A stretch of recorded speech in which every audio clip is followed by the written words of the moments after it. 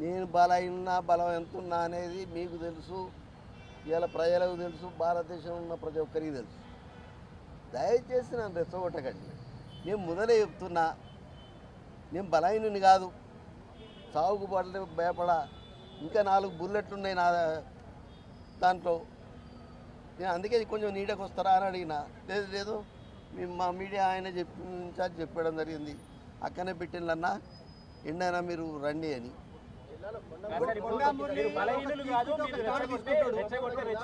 కానీ పొంగులేటి శ్రీనివాసరెడ్డిని నియోజకవర్గంలో ఉన్నటువంటి ఎమ్మెల్యేలు అందరినీ ప్రస్తావిస్తూ వీళ్ళంతా ఇవన్నీ విషయాలు చేశారని చెప్పారు కదా. అసలు నాకు ఆ విషయమే తెలియదు. మరి మీరే సృష్టిస్తానేమో కానీ నాకు ఆ విషయం కూడా తెలియదు. ఒకటే మాట చెప్తున్నా మీకు, కాంగ్రెస్ పార్టీని గౌరవిస్తా అని చెప్తున్నా. రేపు పొద్దుటి రేవంత్ అన్న మరి కాలకాలం సీఎం ఉండాలని కోరుకుంటున్నా.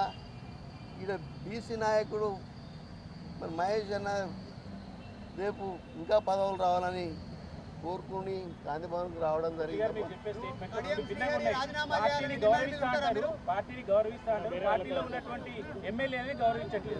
మీరు ఇంటివా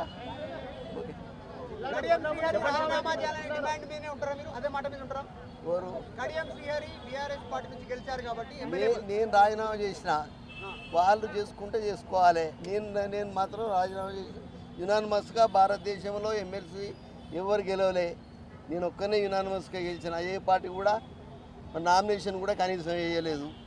అయినా బయటకు వచ్చినప్పుడు నేను రాజీనామా చేసినప్పుడు ఆ రోజు మరి ఎవరైతే గౌడు మన టీఆర్ఎస్లో ఉండే అని చెప్పిండు మా చైర్మన్ గారు, బీసీలల్లా నువ్వు ఒక మొగోని అన్నా అని. అర్థమైంది కదా. ఈ బీసీలను ఓరకపోతే ఎట్లా? మీరు కూడా మమ్మల్ని కావాలని రెచ్చగొట్టుకుంటా. దయచేసి బీసీలను గౌరవించండి.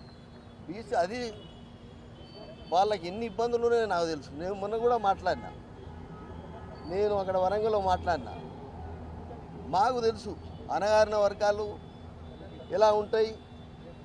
గత 45 ఏళ్ళ బట్టి నేను వాళ్ళ కోసమే పోరాడుతున్నా. నా పేరు కొండా మురళీధరరావు పటేల్ ఉంటే నేను కొండ మురళి అని పెట్టుకున్నా. నాకు మాఫీ మీకు ఒకటే చెప్తున్నా, ఫోటో కేసులు టాడా కేసులకే నేను భయపడలే. దేనికి మాఫీ చేసుకున్నందుకు కాదు. కాంగ్రెస్ అంటే నా ప్రభావం తగ్గితే ఇంతెందుకు, మీరంతెందుకు రావాలి? మీరే చెప్పండి దయచేసి.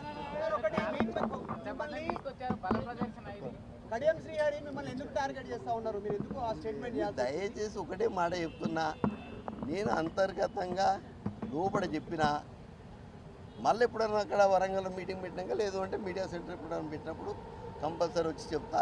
కాంగ్రెస్ పార్టీ అంటే నాకు గౌరవం ఉన్నది, మహేష్ అన్న అంటే గౌరవం ఉన్నది, రేవంత్ అన్న అంటే గౌరవం ఉన్నది.